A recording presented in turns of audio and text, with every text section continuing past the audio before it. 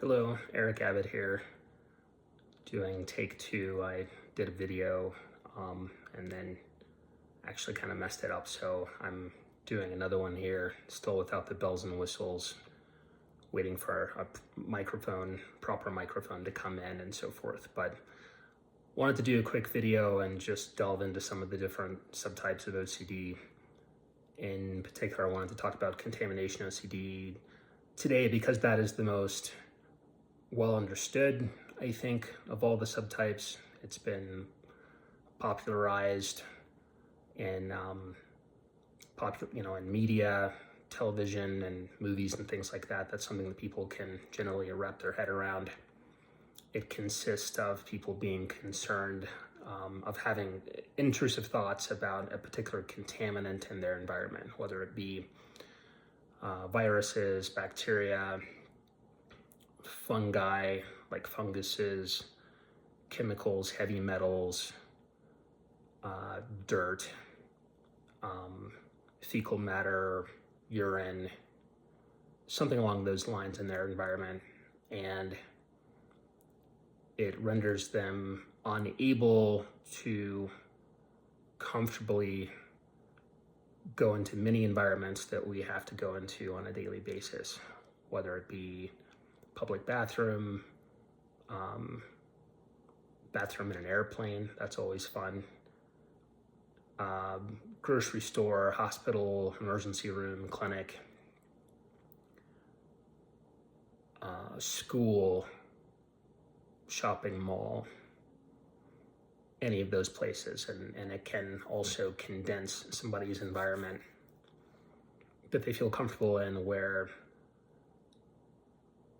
let's say they start out feeling relatively comfortable with the world, and then there are a series of intrusive thoughts and rituals or compulsions that are done to mitigate the anxiety that comes from the intrusive thoughts, that can cause someone's world to shrink down to where they're comfortable in fewer and fewer places, until really they're only comfortable at home. And then even one's home environment can become so contaminated that they're only comfortable on certain floors or within certain rooms, or only if they clean the house top to bottom once or twice a day, that sort of thing. And they won't let people inside of their houses. They're afraid to leave their houses. They end up having food delivered. They're afraid to even use the bathroom because they're afraid of their own contaminants, as it were, afraid of their own urine, afraid of their own feces. Shower time can become difficult because it's got to be done multiple times until it's done properly, and that sort of thing. So it can really be a very debilitating illness, a very debilitating subtype of OCD. One classic example, which is pretty intuitive for most people, is just red spots, right? So someone with contamination OCD will go into an environment, grocery store, hospital, like I said, bookstore, whatever it is. And let's say there's a red mark on something. There's a red mark on the floor or on the wall or on a pen or whatever it happens to be. A person, if they do touch that, can feel like they're contaminated with blood. What if that blood contains HIV, hepatitis, A, B, or C, or D, or E?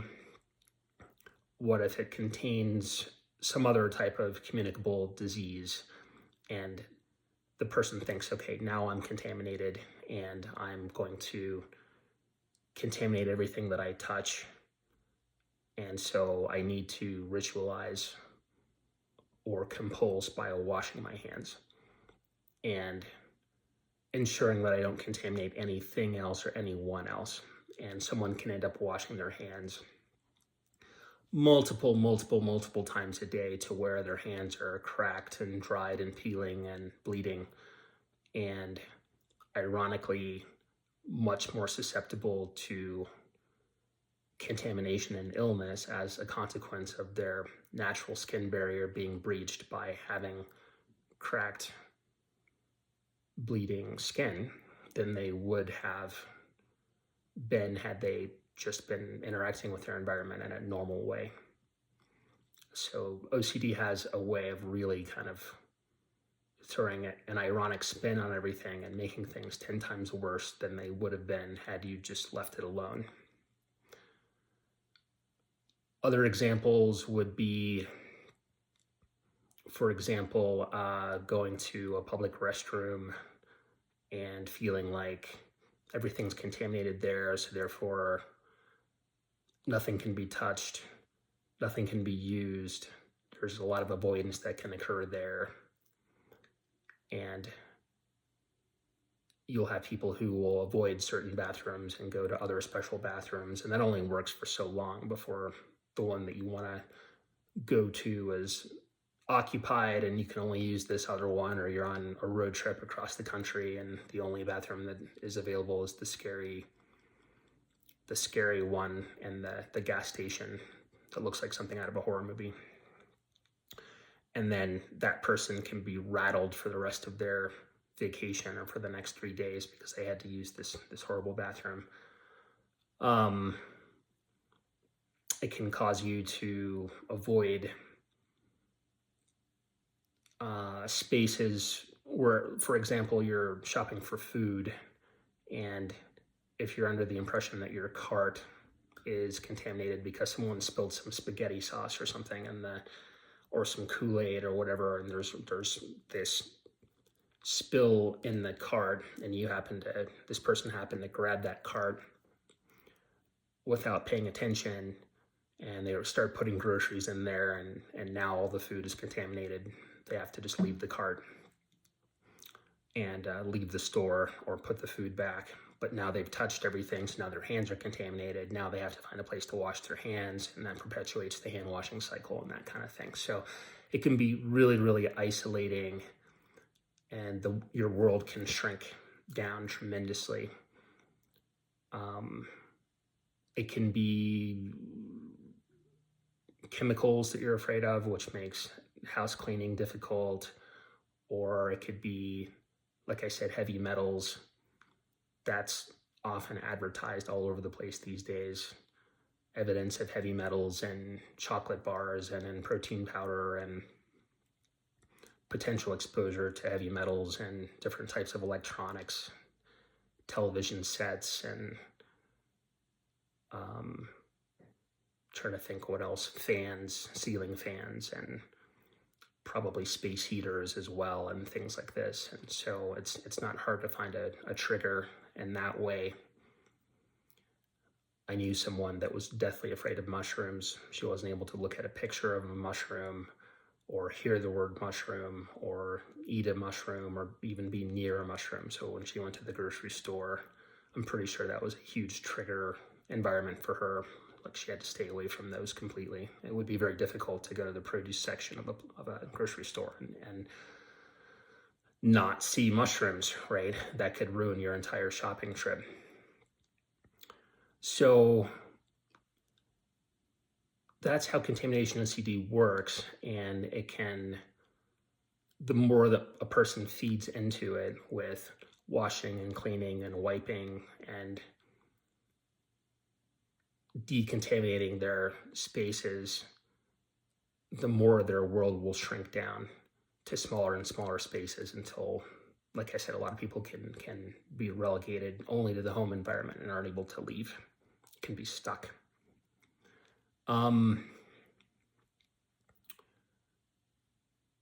So the number one way then to treat this is what I discussed in the first video. So a type of cognitive behavioral therapy called exposure response prevention, where someone, for example, exposes themselves to contaminant or perceived contaminant in a way that really kind of helps them to push their barriers. So for example, let's say they have their phone and they have been riding the subway in New York and they've been touching all the railings and the little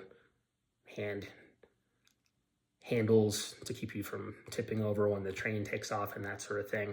And they've been touching their phone all day. Maybe they even touched a red spot on a railing somewhere, or thought that they did because they came close to it. Now their hand is contaminated. They would, if their phone is not already perceived to be contaminated, they would contaminate their phone.